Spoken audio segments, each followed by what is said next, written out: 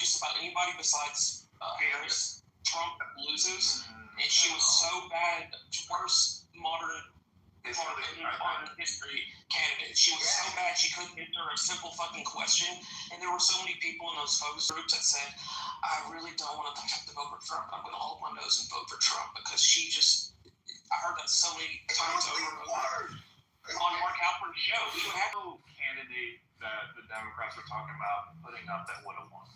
As much as I hate Newsom, they would have had a better chance than her. Yeah, they would have had a better chance. If someone agreed, some of them probably didn't want to waste their opportunity and strike now, but if you had somebody with somebody that, and then somebody, once they get a week or two into it and they're going around and they're getting asked questions and they can give an answer that's coherent and not word salad, so many people would have voted for them because they hate Trump.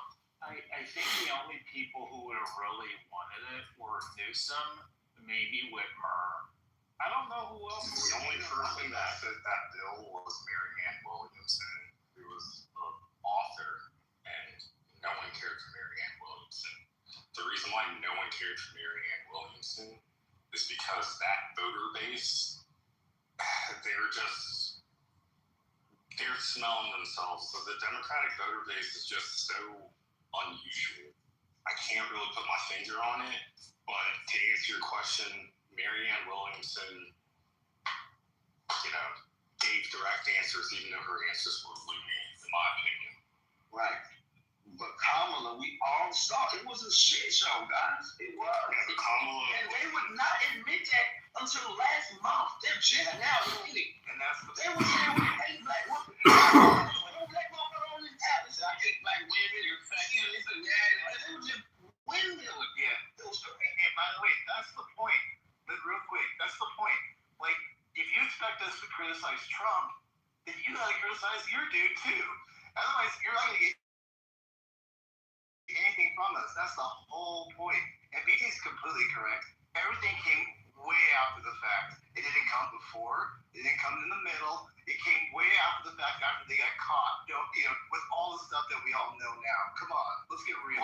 She got 1% in 2020. She got 1% in the primary if they didn't like her. I'm going to the gym. Let me just say this, guys. I know y'all want to talk. So then that's my theory. It was so bad that when I brought that point up, because that was the best point we had. I was like, if I hate black women, then why did none of y'all vote for her in 2020, 2019 in the front? Oh, she didn't get it. There was no response except cussing me out and throwing me to the audience. And I mean, just me on this app. I mean, on every app, TikTok, Twitter, Instagram, any app. You go live and say that they would not respond. They would cuss me out and throw me to the audience. Because they can't complete it. I'll do you one better. I had a group chat with some friends. Some of them were on the app. Some of them you may not know. And we were just, for years, ragging on Joe Biden because we talk about geopolitics. We talk about everything. And, one of the dudes just came out of the closet politically and was like, you know what, I'm all in for Vice President Harris. And it's like, well, first of all, good for you in being politically engaged. But secondly, on what ground, what is it about her? And he was not able to articulate, this is an educated brother, not really able to articulate any policies. It seemed like his support for her came from a disdain from Trump.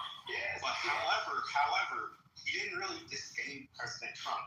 He knew in the social circles that he runs in with some well-to-do black folk, that's just what everyone was doing.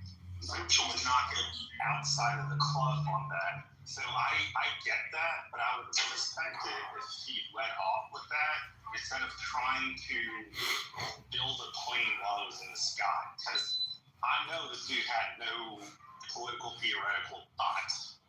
If he did, when we were ragging on policies from the Biden administration, he would spoke up.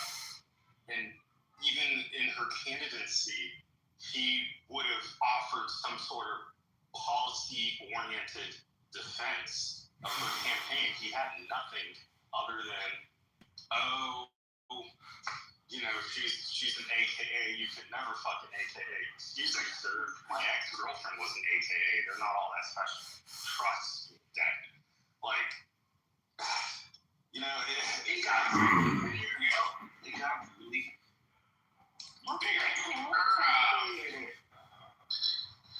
Say again, ma'am. I said, what did the AKAs have to do with it? That's a very good question. He brought them into it. It's called windmilling, Tiago. So the AKAs were the vehicle that she was using in the 2020 Democratic caucuses. Yes. So that was number one. And then BT, You can't get mad at her for that because the first thing you're supposed to do is tap into your network. That's network. BT, the whole reason why he did not even, or why they so-called didn't vote for her was because she dropped out before the Iowa caucus actually started. That's right. So she took herself out of the running because she knew she was going to get crushed. Even though she would have had a certain amount of black women voting for her in various states, especially the Southern question, though. But I'm not done. So she knew that, and then you had the fact that in those southern states, starting with South Carolina, they promised those black women in the Democratic Party in South Carolina that she would be the nominee in 2024. So when they made that promise, or they made that pact or agreement, she just said, well, I'll just bow out and they're just going to hand me and anoint me in 2024. I won't even have to go through a primary process.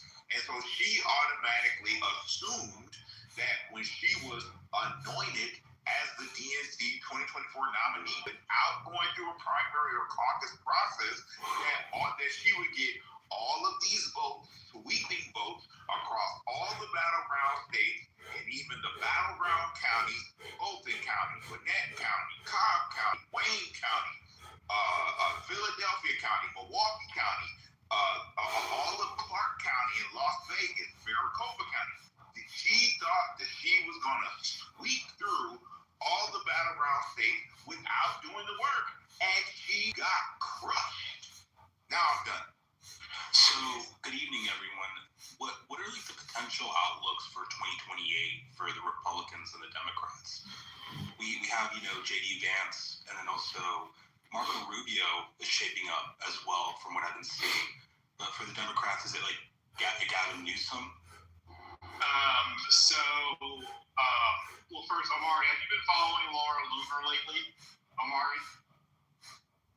No, I haven't been following. Okay, so she is essentially endorsed Marco Rubio. She keeps doing tweets about him being the future president and the first lady. So a lot of people are thinking it's a foregone solution that it's J.D. Vance. I'm not convinced. In fact, there was a CNN poll that only said like 29% of Republicans want him to be the nominee. So I think the Republicans are going to be wide open. The Democrats and the conventional wisdom right now is that it's going to be Gavin Newsom. AOC is currently polling second. And then Shapiro, I think, will bubble up. So probably one of the three of them. I would put my money on Newsom.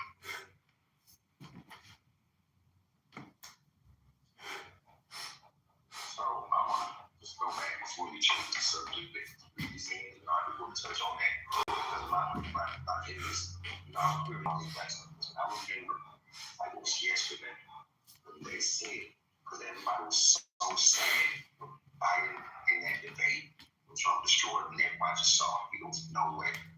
And I'll never forget the night. It's so like, and everybody else was like, oh, we gotta go for it. That's it. That's what we're going for. And I was like, oh, y'all see this right now? He was like, a thing when it was like, this is what we have, this is what we're doing. I was like, y'all, this isn't gonna end. And then they just thought everyone was gonna follow suit to Christian's point.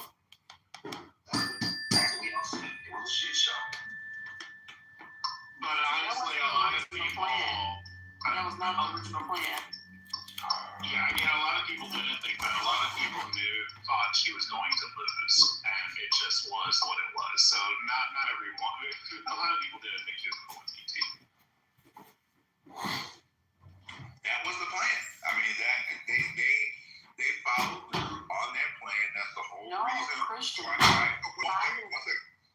second. That's the whole reason why all of a sudden Joe Biden felt like he couldn't run out of nowhere because they knew that he wasn't going to survive going through 2 terms. So they opted to make it look like what they made it look like. And that's why they were so fast at anointing her to be the nominee, because they were prepared to do it. They were actually not. When they had the intervention, Pelosi, Obama, and Schumer went and said, hey, we don't really like her. We can't really anoint her.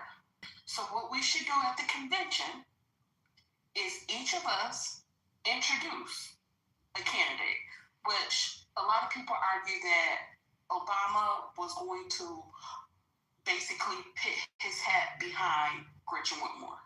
And each of them could promote who they wanted. Biden was really in his feelings and said, you know what? I'm going to endorse Kamala. And at that point, they just had to roll with it. But they didn't want her. Nancy Pelosi said she didn't want her. Like, we know this. I mean, I will say, Christian has a point in the sense that it wasn't a mistake you had that debate in June. When's the last time a presidential debate was in June? Exactly. Yeah.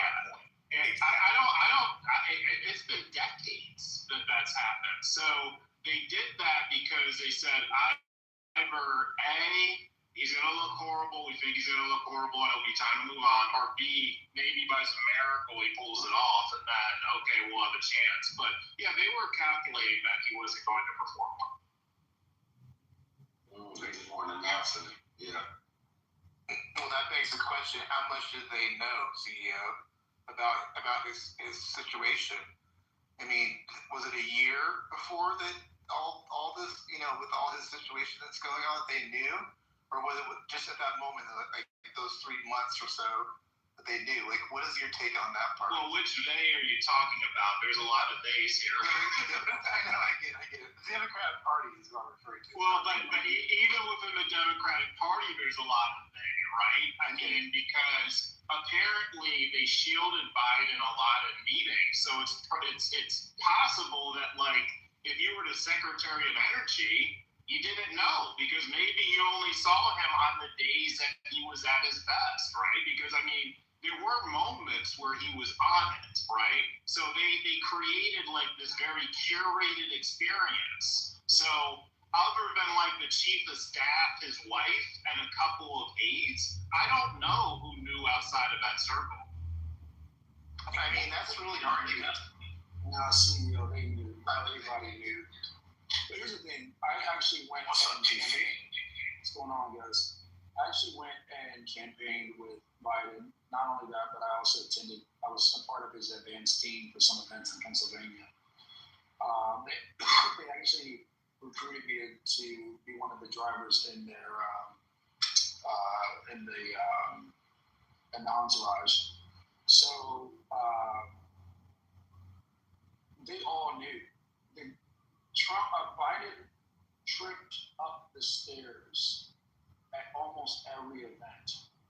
That's not a joke. Like, I attended a few events. He would trip up the stairs on a regular basis. I'll never forget, I was attending one of the events. My job was, don't laugh at me, my job was to put signs on the walls. This is not a joke, guys. This is God honest truth, swear to God. Put signs on the walls, because nobody could really walk in front of the president. So the president had to be the first one walking, and the press would be staged at certain areas where he would walk. We had to tape paper signs on the walls that said, turn left, right, stop here, and smile. God is truth, guys. And he had to walk around this paper, it was a paper factory. and I got a chance to see where the phones were and all that good stuff. That was pretty cool. And I'll never forget it. I just thought to myself, like, there was an entire advanced team whose job it was to make sure the arrow signs were taped to the curtains properly so that he knew where to walk, where he was headed. It couldn't just be like follow the curtains. The arrows were pointing where he needed to walk. And this was a part of the advanced team's directives to make sure that when he was going through this tour, that he knew where to stop and stuff.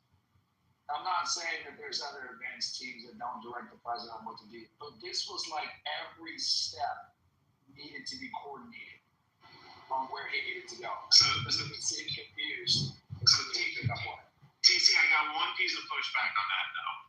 What we know about Obama and Pelosi not wanting Harris to end up being the nominee, why weren't they up and down screaming back in February and March and the previous year for there to be a primary? If they knew he was in that bad of a shape, then why weren't they more vocal about a primary occurring? Because how do you tell a president, a sitting president, a first-term president, that he can't run for re-election? The same way they did at the end. When Obama told him not to run, and not to do it the first time, and then he ran the second time, and he won, and blew everybody's mind. I get your point. Yeah, they bullied the hell out of him at the end. Yeah, I get your point. Like, they didn't want him to run, but the fact of the matter is, if he won the first time, you've got a sitting president. He's entitled to run a second time. You know, to push back against a guy like that and him to run in the first place, you create more enemies. I just don't see how you can. I don't see how you can viably do that. You have to be giving Republican talking points to do that, CEO, and that's anathema to the Democratic Party, no matter who it is, no matter how bad of a shape he's in.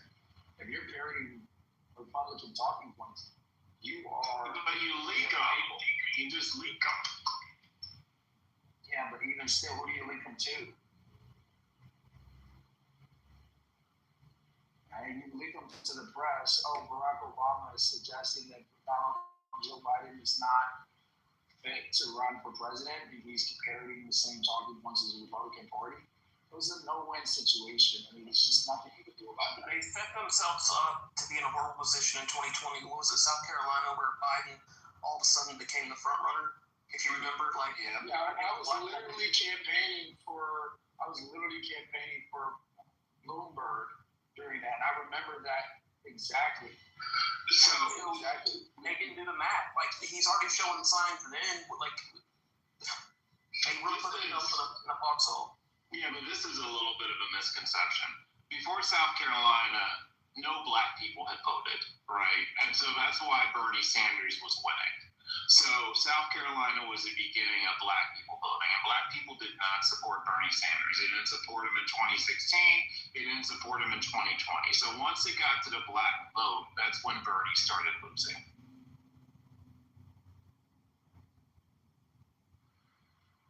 I think you're getting your elections mixed up. I don't think Bernie ran against. He ran against Hillary Clinton in 2016. What are you talking about? We're not talking about in 2016. We're talking about. He ran in 2016 and 2020. What are you talking about? He ran both times. Yes. He ran in 2020. He was winning. He won the first 3 primaries. What are you doing? He won Iowa and New Hampshire. What are you doing, TC? And I was thinking, like, the signs, don't they, like, clear a path? They want to make sure that you're working on a designated path. Like, I don't know. Here's the bottom line, okay? When the DNC gets to the presidential election, they go to the black committeemen, which are the delegates of the party, to determine who the black churches and the rest of the black vote is going to get behind, and that's who the nominee is going to be. That is how that works. Ironically, there was only one time it didn't work that way. Can you state the year? Probably. I'm thinking it's got to be the year that Obama took it. Yes. The black community was behind Hillary at first. Yes. Yeah. It was him winning Iowa, and then he won every of the whitest states, ironically. But you remember Hillary won California and Texas and New York and Florida and all this and that. That was so ironic. Did she win? What happened to those southern states? Who won? No, he did pretty well. He ended up doing well in the South after he won Iowa. So basically, what ended up happening was like the black community, even my dad, and my dad founded the Urban League of Long Island. He just didn't think like a black candidate could win. But then when Obama won Iowa, then black people were like, oh, okay. And then so he started doing better in South Carolina and some of the southern states after that. I mean, Obama is, a former CIA employee backed by the Crown family. It's not like he rose by his own independent success and genius. He was given positions. Well, I mean, he did have a lot. Honestly, though, but honestly, in fairness, after Dr. King, he's probably the best award. And okay, so you have Dr. King, you can make a case for JFK and RFK, right? But after that, he's the best orator of the last 100 years. I mean, his speaking skills are unbelievable. Because he likes to talk slow. You think his speeches are intelligent? He's a liar. Hold on, go ahead, Nathan. Yeah, so the Democrat leader at the time, I forgot his name, CEO, I forgot. The guy with the glasses, he brought Obama into his office and said, I want to make you president, right? What is that? I think he was the Democrat leader at that time. Slim guy. Barack Obama. Harry Reid? Harry Reid, yeah, exactly. He pushed behind closed doors. He pushed Barack Obama, shaped and molded that guy to, I'm not taking away from his talent, but everybody got talent. I mean, let's be honest, man. A lot of people have talent. This time. Nah, man. Barack Obama was a masterful. He was like the hustler. He hustled the shit out of people. He was like, oh, I'm going to make healthcare affordable. Oh my, here's a hustle. If somebody's selling you a 300 pair of Jordans, right? And they're like, you know what? I'm going to give it to you at a discounted rate. I'll make it affordable for you. And you say, okay, you support that person. And then he priced the product at $2.95. $5 cheap. You got played. I'm like, it went down here right now. And he heard somebody from New York City saying that the bus rates have went up. The fares have went up to $3 now. So it's funny. Yeah, I mean, let me put it like this. I think we've seen 3 truly great political athletes in our lifetime. Clinton, Trump, and Obama. The 3 of them, Bill Clinton, obviously, the 3 of them have been absolutely incredible. Yeah, I mean, we got people. Well, I said, I mean, so for a lot of us, we weren't that old when Reagan was president, so that's why I didn't include that. Yeah, that's fair. I would say probably, I wish I was around when JFK was around. I would love to see JFK speak. That would have been super dope. I did a grok query on Bernie Sanders, how much he raised in 25 years through political donations. He has raised $735 million. What has that old pickle farmer done for we the people other than complain, give us Mamdani, give us AOC Field, and fund all these radical Marxist, communist, socialist, terrorists? I mean, is there no accountability for Bernie Sanders? First of all, he gave the election to Hillary, but the fact that he has raised $735 million, he's a unicorn, an effing unicorn. And what did we get for it? The guy's a fucking fraud, a fake. He did nothing. He's just giving us domestic terrorists. Fuck Bernie Sanders. You're funny, Edmund. Yeah, Bernie did. He did F over his supporters and just funneled his supporters right into Hillary, right into Biden, which was It's kind of sick that he did it. He was like, Hillary's my friend. She's my man. You're on a game fighting against Hillary, and you talk about she said all kind of crazy stuff against Bernie, and. But that's politics, man. That's politics. I mean, I don't know if that's politics, because that's horrible politics, CEO. If your opponent is saying that you're misogynistic against women, all this type of stuff on the live debate stage, then you're like, well, she's my, I don't know, man. I guess he's a bad politician. Didn't McCain do the same thing with George W. Bush in 2000, though? That's way back, man. I can't remember. Same team. McCain gave it to Obama at the debates. They are all on the same team.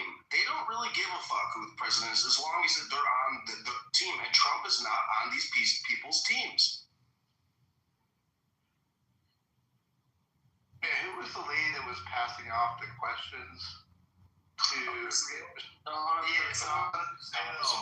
ABC. Was it the ABC? Yeah, he came cahoots with the lady in Florida about her lady guy. I can't remember her name. Yeah, she's like a Jewish woman in Florida. Yeah, that one. Yeah, but that lady is. What's her name? Sheila Schultz. Yeah, if you still have power in the Democrat Party, it's crazy. And TC, so what we was giving out grades. What grade are you giving the administration? Trump administration? Yeah, right now. I mean, from you got to put that down.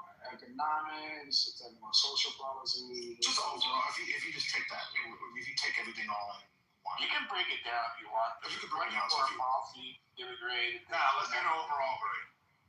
Don't let them get out of it. Don't let them put them out.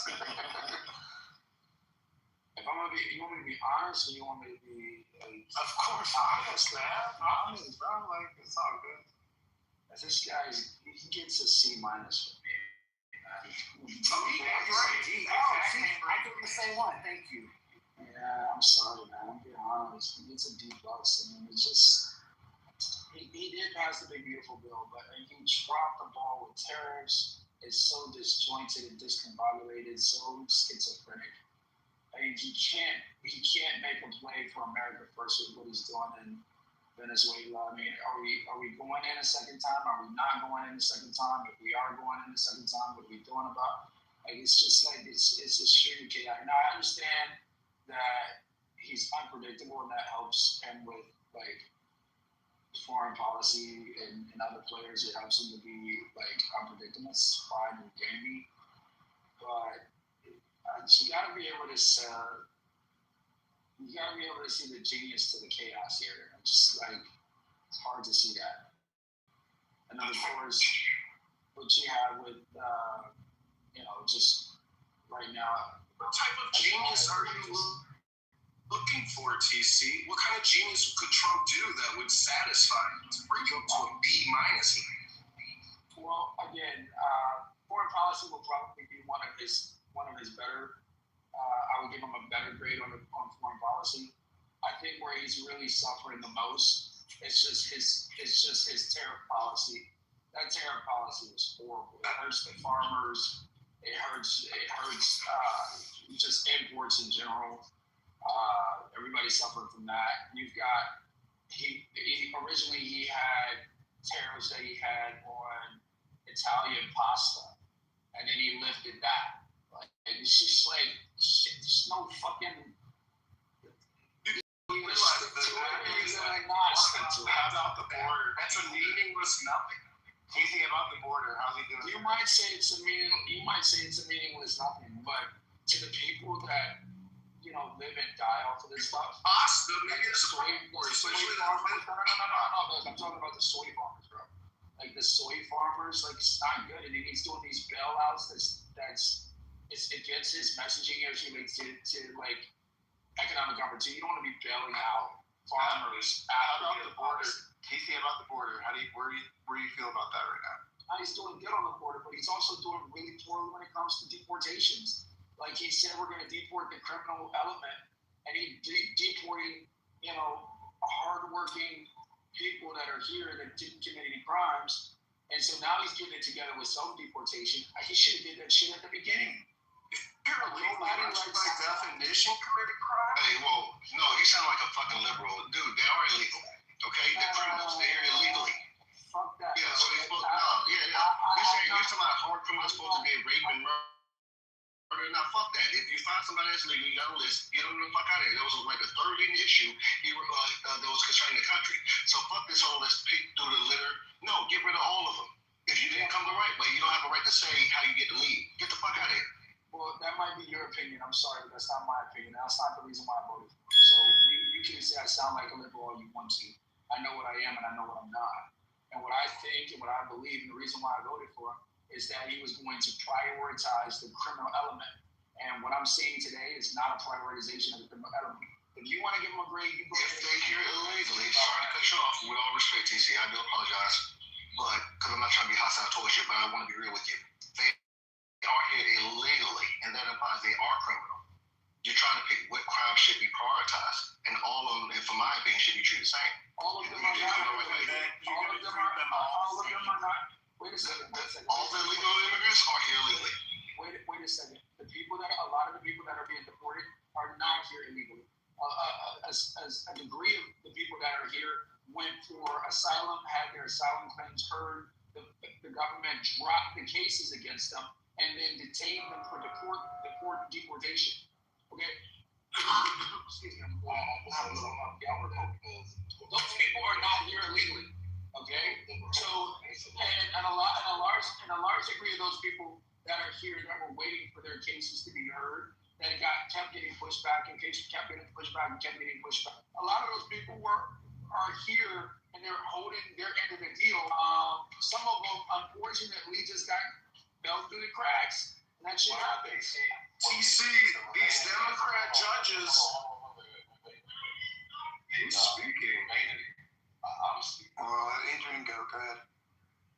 The remaining Mexico plan was for asylum seekers to make their asylum claims from Mexico, not from the United States.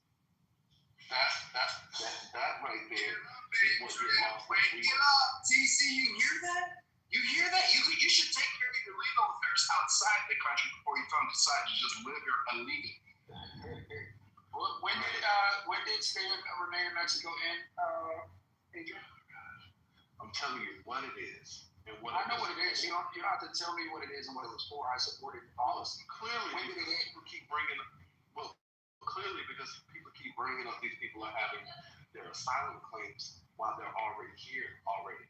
It defeats the purpose. The whole point was to get here into the country, and now that they're in the country, it doesn't make any sense. Do you know when it ended? I'm just asking, do you know when it ended? Don't tell me questions. You can Google that type of stuff, TC. I know the answer to the question. I know the answer to the question. Democrat control political industrial complex. And you are in denial, Dr. TC. I'm sorry, sir. Point of order, moderator. Moderator, point of order. TC is confused. I want to say something at some point, Matt. All right, you got it. You take the floor. Go for it. I mean, I think it's an interest. So I don't know where TC's political ideology sits, so I don't really care about that. But the one thing I did want to kind of mention is we have the economic realities of the United States. When Trump got a little too aggressive with deportations, what did the hospitality and agricultural lobbies do? To stop deporting non-criminals because they need the labor and cannot influence domestic Americans, right? So we can have this ideological debate on Clubhouse, but everyone fucking knows Black Americans who want to go work in the fields again, then who's going to do this shit? 40% of the economy is artificial printed by the Federal Reserve. Get rid of them. We subsidize companies or Fortune 500 or Fortune 1000 companies with tax breaks for many different things that actually relate to work visas themselves. Then we give them different then they get tax breaks locally at the city level and at the state level for a certain number of people who are inside the building, et cetera, et cetera. So no, they don't. We do not need to have a large swath of our workforce to be coming from outside the United States. And anytime there is a roundup of by ICE or some faction of DHS, and then the company puts out a wanted ad, and all of a sudden they're hiring U.S. citizens. So at the end of the day, as long as we are granting work visas and then giving tax breaks to the companies for hiring these types of workers, and then we're not only that, money coming directly out of our W-2, W-9, and 1099 income for all the things that they get when they come across the border or come across the port of entry for housing, food, and college tuition, all of it.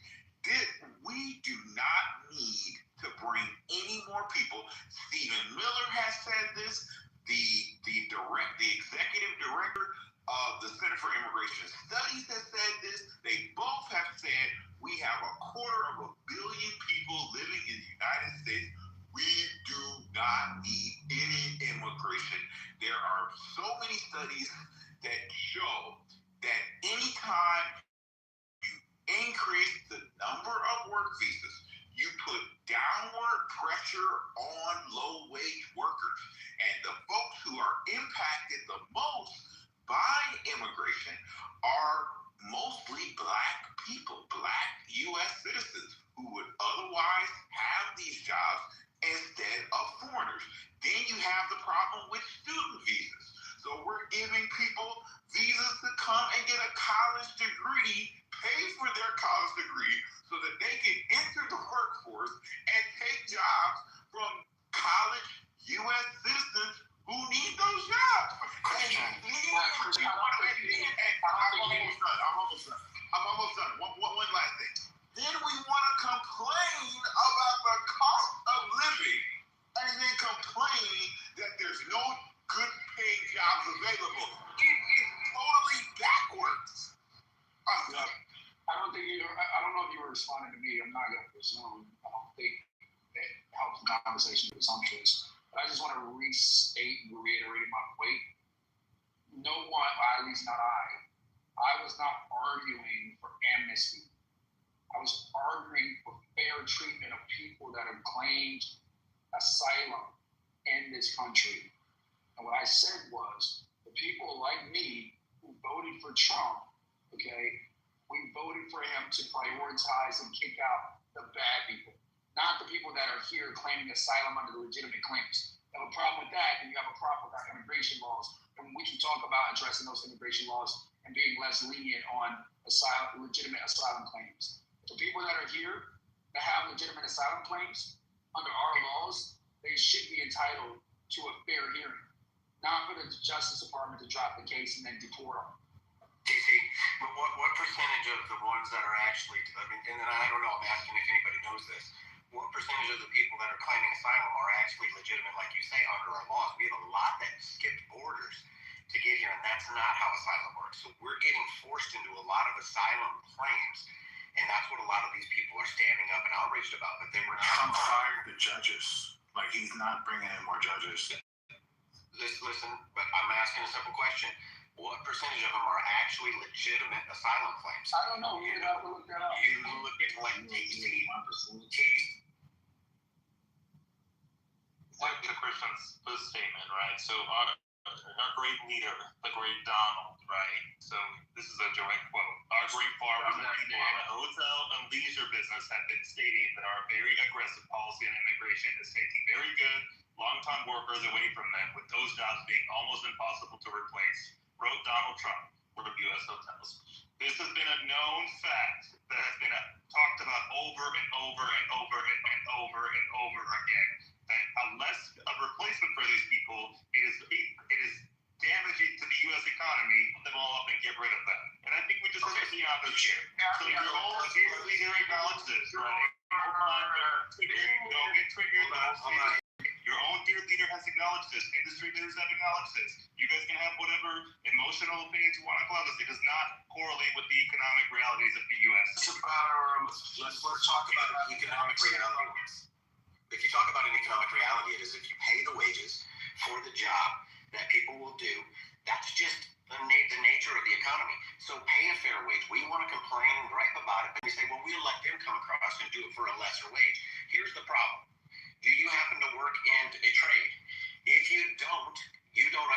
been happening because we're seeing people who've had a career in their trade now being ousted 20, 25 years into their craft and being told, you have no other skills.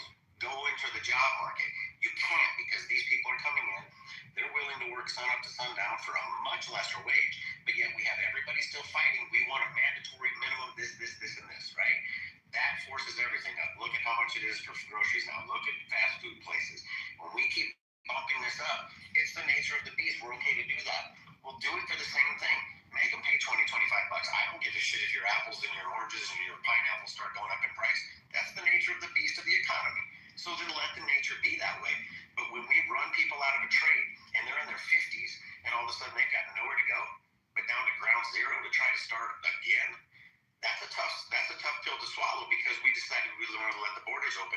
And if people are going to try to say that that's not the case, you have no idea what's happening in the trade industry. Can I just go real quick to some part? What happens? See, that's like $4 gas prices. Don't like about that statement. Hold on.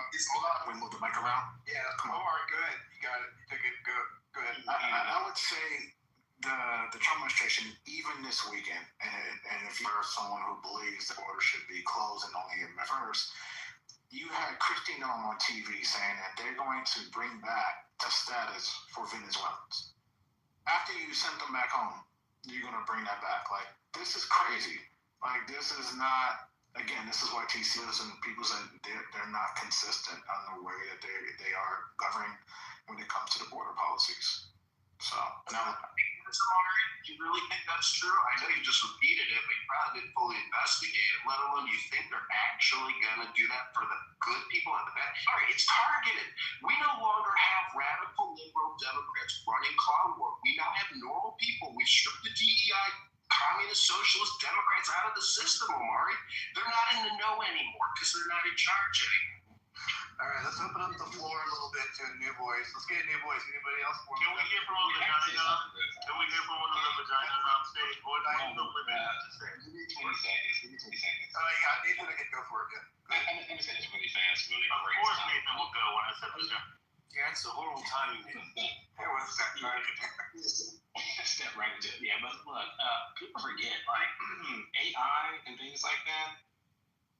All these CEOs been warning about it. It's going to take jobs, and we're seeing some type of effects from it. So it doesn't make any sense why we should increase the population, import more people, when the job market is actually shrinking. Exactly. Like, from AI, I was screaming to everybody, like, in the last 4 years, what the hell are you doing? We don't need to increase our population, have more people on welfare type programs, when this AI thing is happening. It doesn't make any sense. I'll tell people this. People keep worrying about AI, but AI is not a problem. Yeah, so if you're working at your job, right, and you get laid from AI, whatever you want to call it, I would do anything to keep a roof over my head and my family fed. Like, that's what do people remember dirty jobs? These used to come on Discovery Channel, that famous these jobs. What? Americans do the most hardest jobs on God's great earth. Like working on oil rigs and stuff like that. That's cutting grass is not the hardest job. To be honest, it's not. So those jobs are hard. We would do the jobs. We get paid fairly and get treated properly. We would do it. I live on that. I say this shit all the time, Nathan. Americans are the hardest working people on the planet. It's not even close. Of all the metrics that you use, right? Effort, innovation in fields, any type of metric you want to use, Americans are the hardest working on the planet. It's not even close. It's like people think that like you got to come home smelly and sweaty to be a hard worker. Like it's crazy. But also, we have people that work these jobs. And it's not just the farms. Everybody uses the farms as an example, but I mean, these are the illegals. They work construction jobs, roofing jobs. They're doing all kinds of shit, restaurant work, right? They're doing all kinds of jobs that Americans should be having. But we got prisoners who do the farm jobs. Now, I'm not talking about lifers. I'm talking about people that have like a 5, 6, 10, or 10-year sentence. You gotta go work the farm, man. Sorry, and you're gonna get paid less than what an illegal would get paid, and you don't get to touch any of the money. You can put it into your look, and either send it to whoever you want to send it to, or when you get out in 6, 7 years, you'll have like $10,000, $15,000 to that you've been working for and in prison. And you got to go out 5 hours a day and you got to go pick fucking fruit, man. That's your job now. Sorry. You don't like it, don't get arrested. Don't go to prison. We got prisoners to work these jobs, and you can pay them less than the illegals. So the farm jobs are no problem. The construction jobs are an issue. Roofing jobs, fucking people are, I mean, these construction people that build these houses, they'll throw up like 50 houses in a week. I mean, they'll send a whole team of people in that shit and just start piecing together houses. Building, like, one of those, like, shopping centers, schools, shit like that. The illegals take all those jobs, too. There's tons of construction workers out of business. Or out of work, I should say, not out of business. The market would adjust if we deported illegals. You would see short term, you know, like it would suck for a while. It would adjust. As it always does. It always does. Yeah. Yeah, as it always does. It'll adjust for who? For us, the commoners, or for the rich? You're talking about the markets. The markets. If they really need keepers, they'll start paying more for housekeepers. If they need fruit, they'll start offering more money to get people. And then the prices may have to go up, but I'd rather pay a higher price than have illegals here. Yeah, let me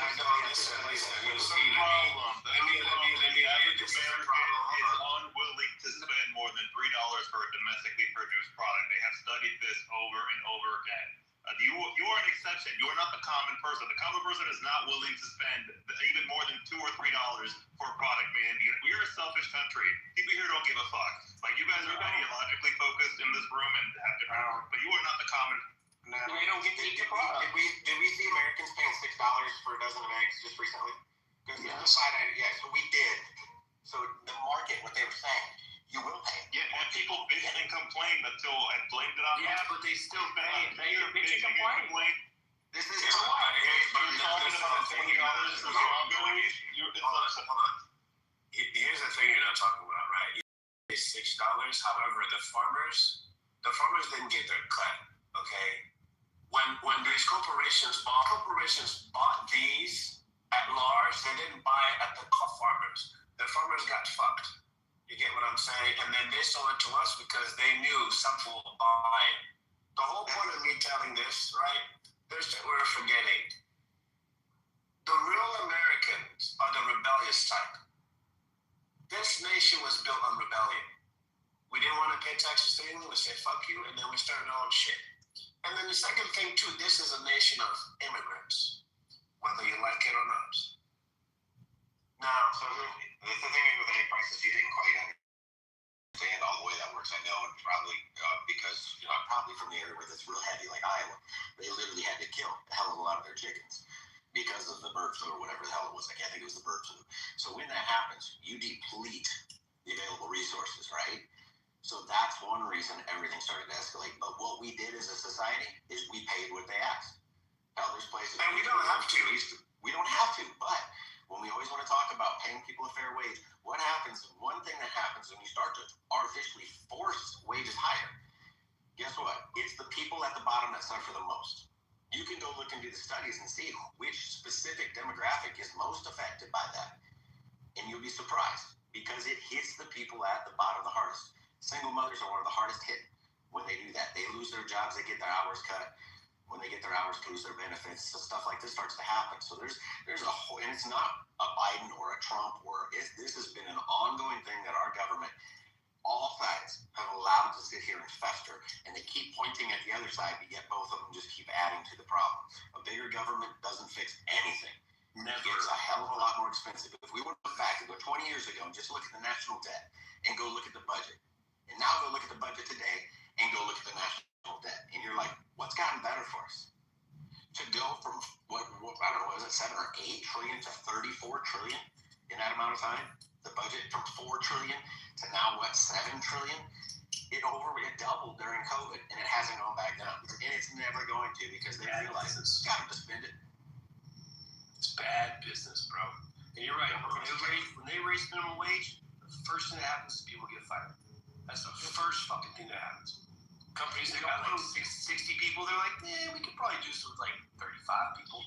Yeah, but my question is this, though, right? My question is this, though, right? So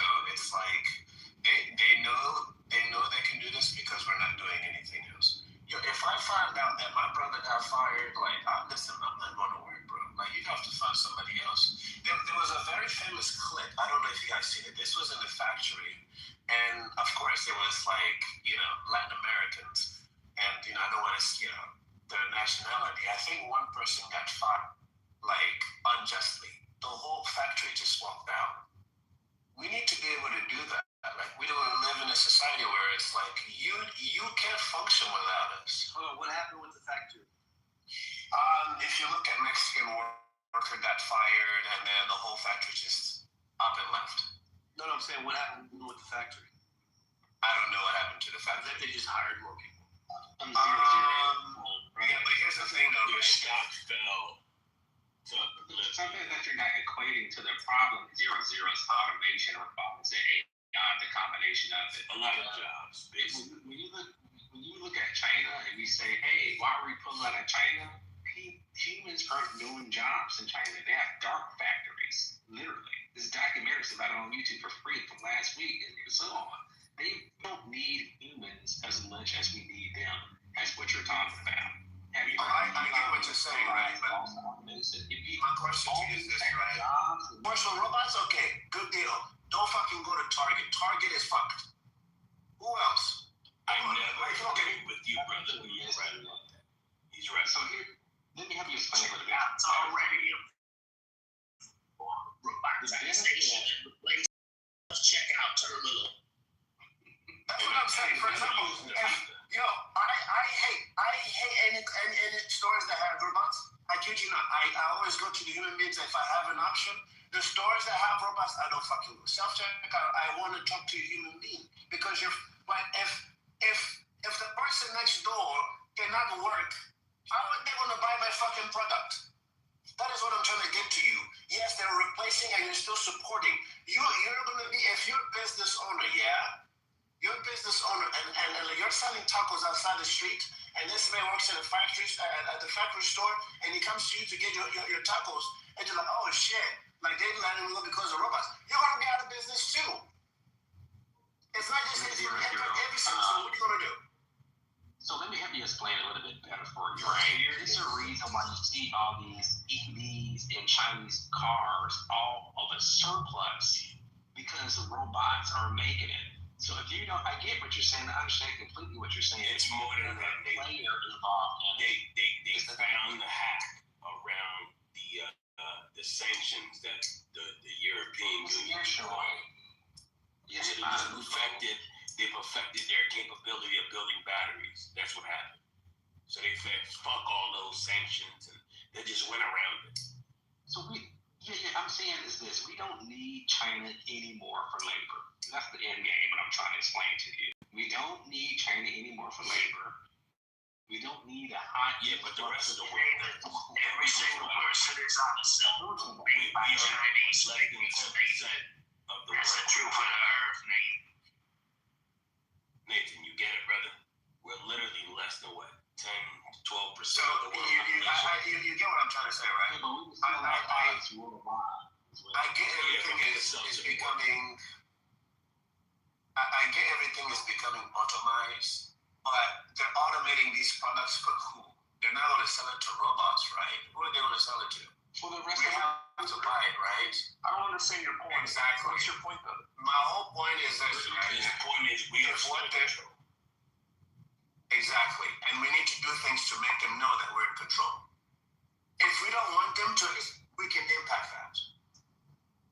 You're not going to ever stop by taking over. If that's what you're getting at. That's inevitable. Let me ask you a question. Who gave life to AI? You're asking for a return. AI did not become itself. We gave life to AI. It's not life. Well, you're already.